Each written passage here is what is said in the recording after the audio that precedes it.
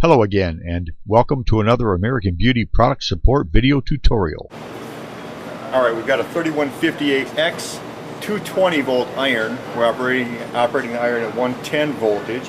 If you want to pan through, you can probably pick this up. We're at about 600 degrees, and we've been idling for a while, so we're in around the max tip temperature idling range of this iron. Okay, lead actually melts about 621, so we should be good as far as not melting the lead. In relation to the iron you were testing before getting too hot. We're going to go ahead and bring the iron over here, and first what I want to do is introduce a little bit of solder to the tip.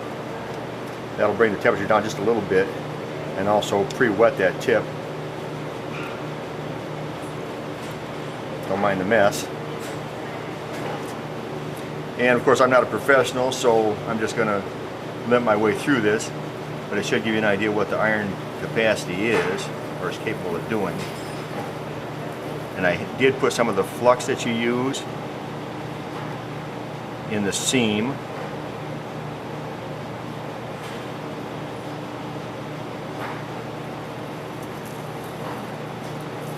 I'm going to go ahead and get some solder melted in here, and then to make sure I've got good saturation, I'll back this iron back up again over the top piece of lead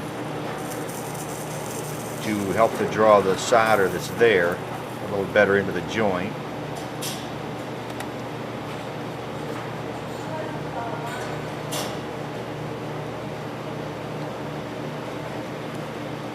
And that should be giving us a very good hermetic seal. You see the flux bubble up there, that means it's activating properly. Of course, the flux is activating. That means the solder should follow the flux more deeply into that joint. And there we have a test application. You want to put the temperature gauge back on that iron for a second? Sure will.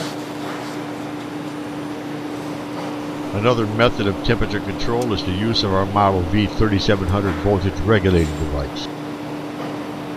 For your difficult or specialized soldering application needs, American Beauty is proud to be your solution provider.